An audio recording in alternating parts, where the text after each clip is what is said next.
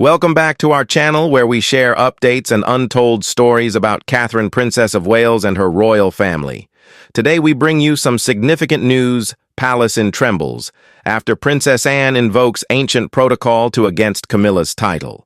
In a remarkable development that has reverberated throughout the British monarchy and garnered global attention, Princess Anne, the Princess Royal, has invoked a rarely employed constitutional procedure to request an emergency referendum regarding the status of Queen Camilla. The nocturnal demand seeks to strip the Queen Consort of her title, asserting a significant threat to the integrity of the crown and its future. This move has placed the House of Windsor in its most profound crisis since Edward VIII's abdication in 1936.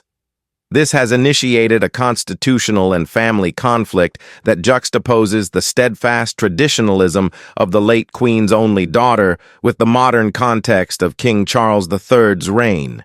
Sources speaking anonymously due to the delicate nature of the subject described the atmosphere inside Buckingham Palace as one of managed chaos. The directive was given just after midnight as reported by a senior assistant of the organization. The office of the Princess Royal sent a notification on her invocation of the protocol. The news was a shock to the Constitution. No one could acknowledge that it was really occurring. The protocol in question is a stipulation concealed within the intricate internal regulations of the monarchy. It was established as a safeguard to protect the institution from a scandal or an internal threat that may jeopardize its very existence. The bulk of constitutional academics and living royals have mostly encountered the subject via historical records, since its implementation is very rare. Princess Anne's use of it indicates a significant issue. A source affiliated with the Princess Royal's team said, "This is not about personal animosity. This is about institutional survival." From the outset of her life, the princess has grounded her judgments on the principles of duty and allegiance to the crown rather than to individuals. She is comporting herself in a way she believes her mother would have characterized by firmness and emotional detachment as she recognizes a clear and imminent danger. The nocturnal cry incited a flurry of action. To generate briefing materials, top domestic staff members were roused from slumber to transport key members of the royal family to Windsor, designated as the location for the emergency council. Royal protection personnel and drivers were sent. Sir Clive Alderton, the King's private secretary, was seen grimacing as he navigated between offices with his phone firmly to his ear as the palace awaited with bated breath during those first tense hours. Junior staff members engaged in hushed, fearful speculation with one another. The predominant inquiry among everyone was, what actions could Queen Camilla have taken to elicit such an intense response? Initial rumors suggested a significant breach of trust and an abuse of authority that Princess Anne would not let nor endure. The true explanation seems to be a combination of recent events and a deeply personal insight that has given the Princess Royal what she perceives as an unequivocal mandate. An anonymous letter from the archives, including the Queen's clandestine admonition, a private revelation, served as the primary impetus for Princess Anne's extraordinary reaction. It was not a public misstep that incited her to undertake such harsh measures. A locked envelope preserved for years in the most protected and profound section of the Royal Archives at Windsor has just been put into her control, according to several palace sources. The envelope included the personal emblem of the late Queen Elizabeth II, a symbol reserved for matters of utmost importance. For many years, its existence was concealed from everybody but a limited group of her closest confidants. At this time, its availability to Princess Anne suggests it was a premeditated contingency, a dead man's switch designed for use during a perceived crisis. Upon removing the seal, Princess Anne discovered a letter from her mother that markedly deviated from their usual mode of communication. The language was succinct, rigid, and deeply foreboding. It was devoid of the nurturing warmth often associated with motherhood. A source informed on its contents described it as a chillingly clear directive. The letter articulates a grave duty to protect the crown's dignity at all costs, and delivers a strong admonition to those who in their pursuit to serve it may actually be serving their own interests. While the letter does not explicitly mention Queen Camilla, the context and time of its delivery were unequivocal to Princess Anne. The letter prompted the Princess Royal to reevaluate a series of events that seemed trivial during the last several months. She observed a pattern that was both nuanced and systematic. Private engagements and briefings were being redirected into Queen Camilla's domain. Advisors loyal to the Queen Consort were unexpectedly rising in prominence regarding strategic decisions, and ceremonial roles previously assigned according to established tradition were redistributed to consolidate power around the king's wife. A royal analyst, knowledgeable with court dynamics, said it was a gradual and systematic construction of an imperceptible web. The monarchy's operational hub commenced a steady transition, strand by strand, until it ultimately began to evolve.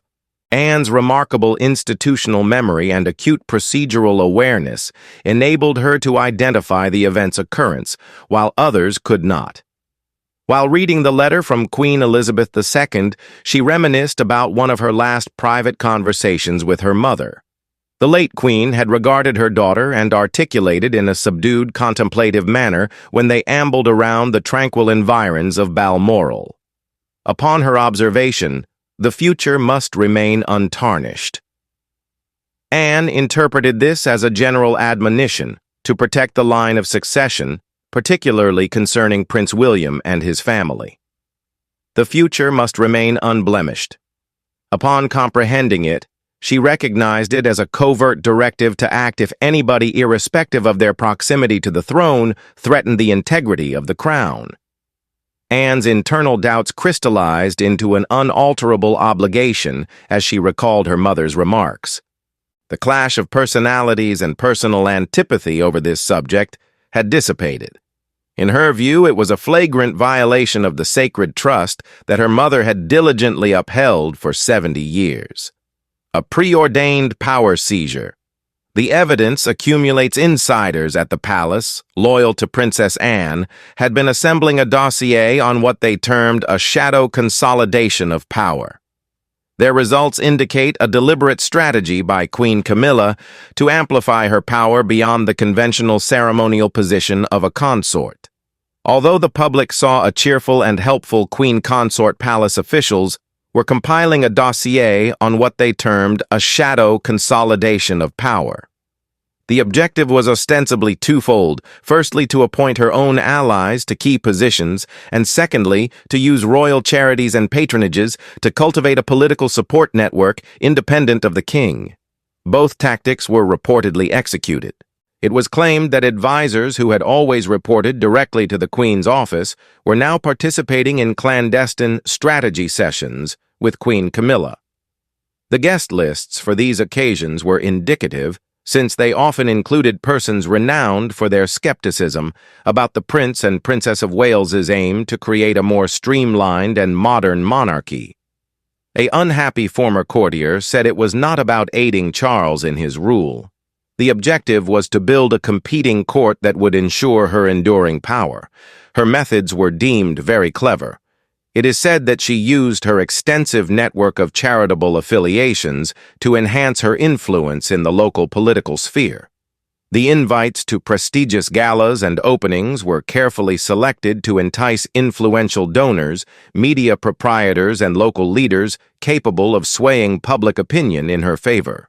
The establishment of a network of loyalty intricately tied to her persistent presence at the monarchy's core was achieved by the judicious allocation of funds and royal endorsements to entities and initiatives connected to her personal circle. Conversely, the most troubling indication for Princess Anne was her reassignment to other duties.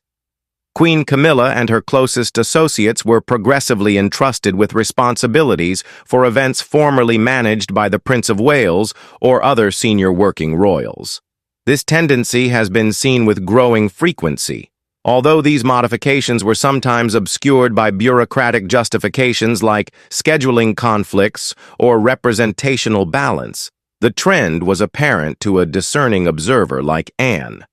Upon the discovery of a confidential memo inadvertently sent to a staff member loyal to the Princess Royal, she finally chose to break her silence.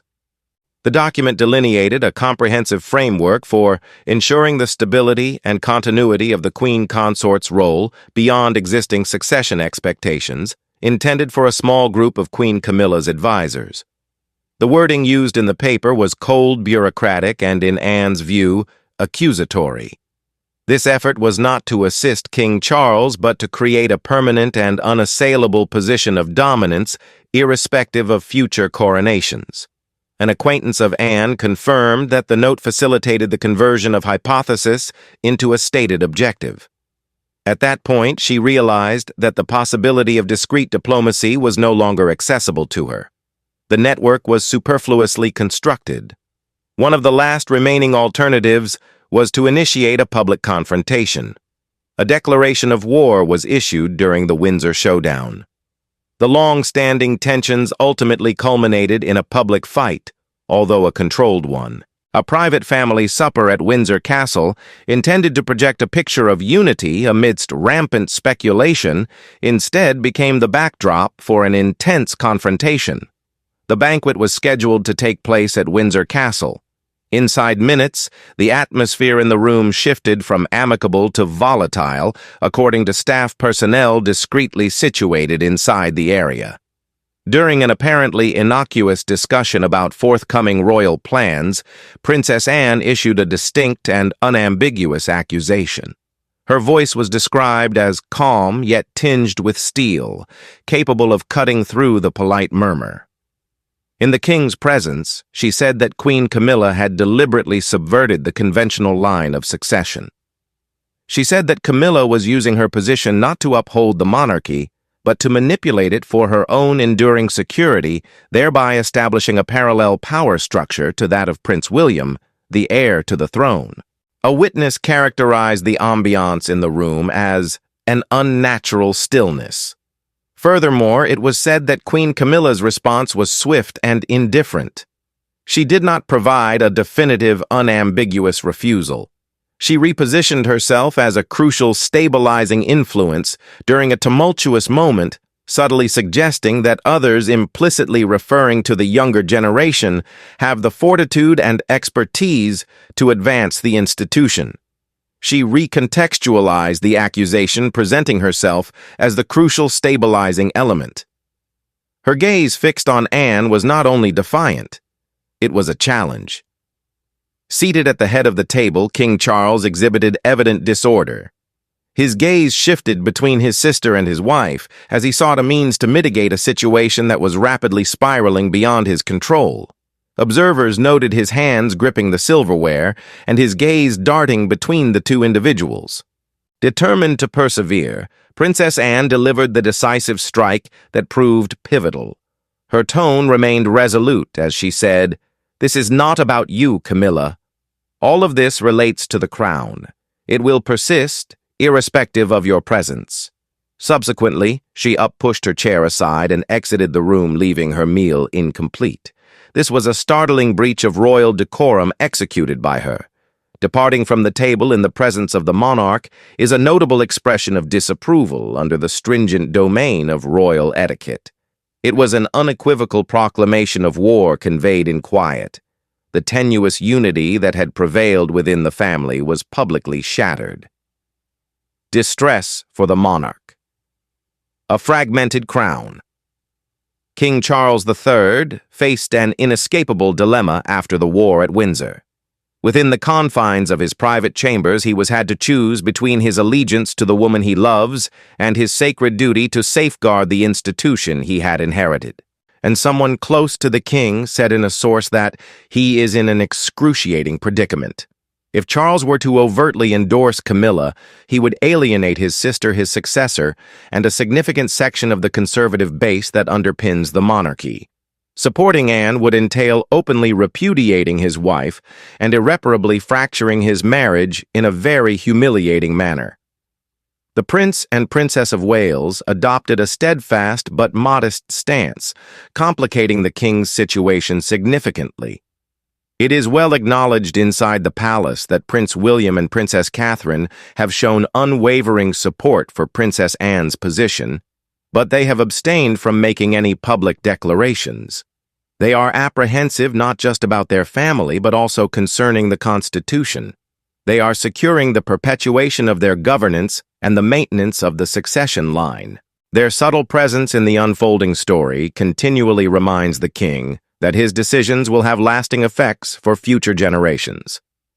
Charles contemplated delaying the emergency vote, anticipating that a cooling-off period may facilitate the negotiation of a compromise.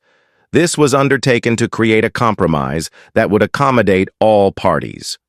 Conversely, his aides warned that any postponement would be seen as a manifestation of weakness and indecision, exacerbating scrutiny from an insatiable press and a deeply divided populace. He devoted his whole life to the study of history, which continued to torment him. The lesson derived from royal scandals, from the abdication crisis to the tumultuous 1990s, is that prolonged crises exacerbate the pain experienced by the person.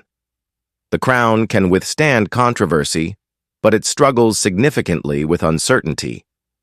The court of public opinion, a nation on the brink of explosion. The issue inside the palace erupted into a significant media and public controversy as dawn broke over London. Media reports indicated a royal rebellion and a war of the Windsors. Television networks offered uninterrupted coverage with royal commentators, historians, and constitutional experts analyzing every purported detail. A pronounced division in popular opinion emerged rapidly. Surveys performed online revealed a pronounced and severe division. Advocates of Queen Camilla, who value her steadfast commitment to Charles over many decades, have united to defend her, portraying her as a target of jealousy and elitism stemming from antiquated sentiments. Several hashtags, including #Stand with Camilla, gained popularity on social media. Conversely, Princess Anne had much emotional support. Anne is seen as a heroic person by people who venerate the legacy of Queen Elizabeth II and prioritize tradition. These folks saw Anne as the ultimate bastion of the late Queen's values. Anne's duty has emerged as a rallying cry for people who believe that the dignity of the monarchy must be safeguarded at all costs. The ideological battle occurring outside Buckingham Palace manifested in the streets. Two rival factions of protesters assembled, with one faction displaying placards proclaiming "Camilla is our queen," and the other bearing banners that urged, "Protect the crown, respect the line." The scene epitomized the national discourse, a fraught and perilous clash of loyalties. Dr. Eleanor Vance, a distinguished royal historian, said that, "What we are witnessing is the activation of long-dormant fault lines within British society." The primary themes of this argument will be tradition versus modernity, emotion versus obligation, and the unresolved legacy of Diana, contrasted with the established role of Camilla. A choice has been imposed on the nation by Anne. The crisis extended much beyond the confines of Britain for an extended duration. The leaders of Commonwealth states, including Canada, Australia, and New Zealand, have expressed their concerns on the regional instability.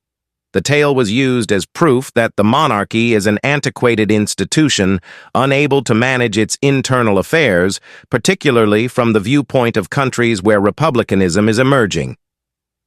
A momentous decision in an opulent chamber is the judgment suggested here.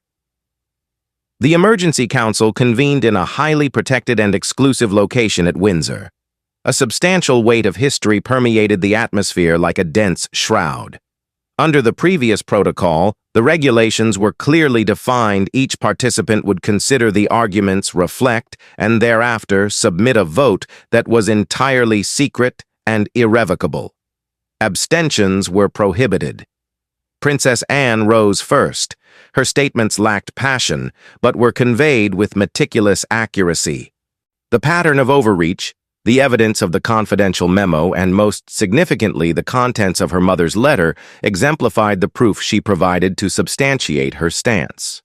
In her address, she mentioned a irreversible dilution of the crown's authority and warned that neglecting the matter would equate to disrespecting the legacy of Queen Elizabeth. In matters of defense, Queen Camilla proved as strong. Claiming that her actions were driven by a commitment to assist her husband, the king, she portrayed herself as a reformer striving to preserve the significance of an antiquated institution. Anne characterized her action as a personal vendetta, an endeavor by a faction harboring animosity to regress progress. Upon the completion of vote casting and the meticulous counting of results, the conclusion was announced. The council accepted Princess Anne's motion, resulting in a narrow but decisive decision. The answer was characterized not by triumph, but by astonishment. The verdict elicited a stony stillness, gasps, and a suppressed sob from those grappling with the gravity of the decision. Queen Camilla's expression was one of tranquility, and she retained her composure. She rose and departed silently, abandoning a room filled with the haunting remnants of unfulfilled possibilities.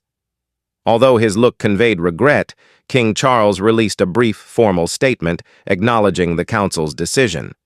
This was the voice of a man compelled to oversee the public humiliation of his wife to maintain his authority.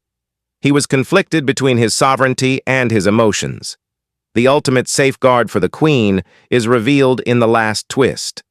While the palace was in the process of beginning the difficult chore of handling the repercussions, a final discovery that was explosive came to light.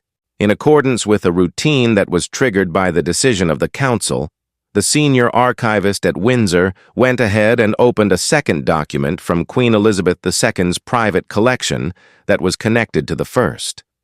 This was not a letter. Rather, it was an official instruction that had been reviewed by the legal system. In that document, the late Queen had made it clear that the title of Queen Consort would be bestowed upon Queen Camilla on a conditional and transitory basis. The title was dependent on her conduct befitting the crown and its enduring dignity, and it was subject to examination by a council of senior royals in the event that there was a constitutional disagreement. The ultimate and most crushing blow was delivered by this discovery. Princess Anne's activities were totally justified, and she was transformed from a rogue actress into a true executor of her mother's will as a result of this. Her detractors became silent as a result. She had not been the one to start a revolt. Rather, she had been the one to execute the law in accordance with her predecessor's decrees. There are significant repercussions for Queen Camilla and her family. Although she continues to be a member of the royal family and the wife of the king, she is no longer being referred to as Queen Consort. Her title has been changed back to Princess Consort, which was the term that was originally intended for her prior to the statement that Queen Elizabeth II made on the day of her accession. Because of her relegation, every public appearance she makes will now be overshadowed by it serving as a constant reminder of the authority she wanted, but ultimately lost. While the monarchy has managed to exist, it has been irrevocably altered. In spite of the fact that it has been cut and bruised, it has paradoxically confirmed its fundamental concept, which is that the institution is more powerful than any person. For those that adhere to conventional values, the system was successful. At the highest possible level, accountability was strictly enforced. Nevertheless, the shocking event has left significant wounds. The public is now aware of the deep-seated differences that exist inside the family, which has resulted in the dissolution of the illusion of family togetherness. Prince William and Princess Catherine are stepping forward to create an image of a solid future. However, they are doing so in a new period of rigorous scrutiny, where the precedent that Princess Anne established is hanging over the monarchy.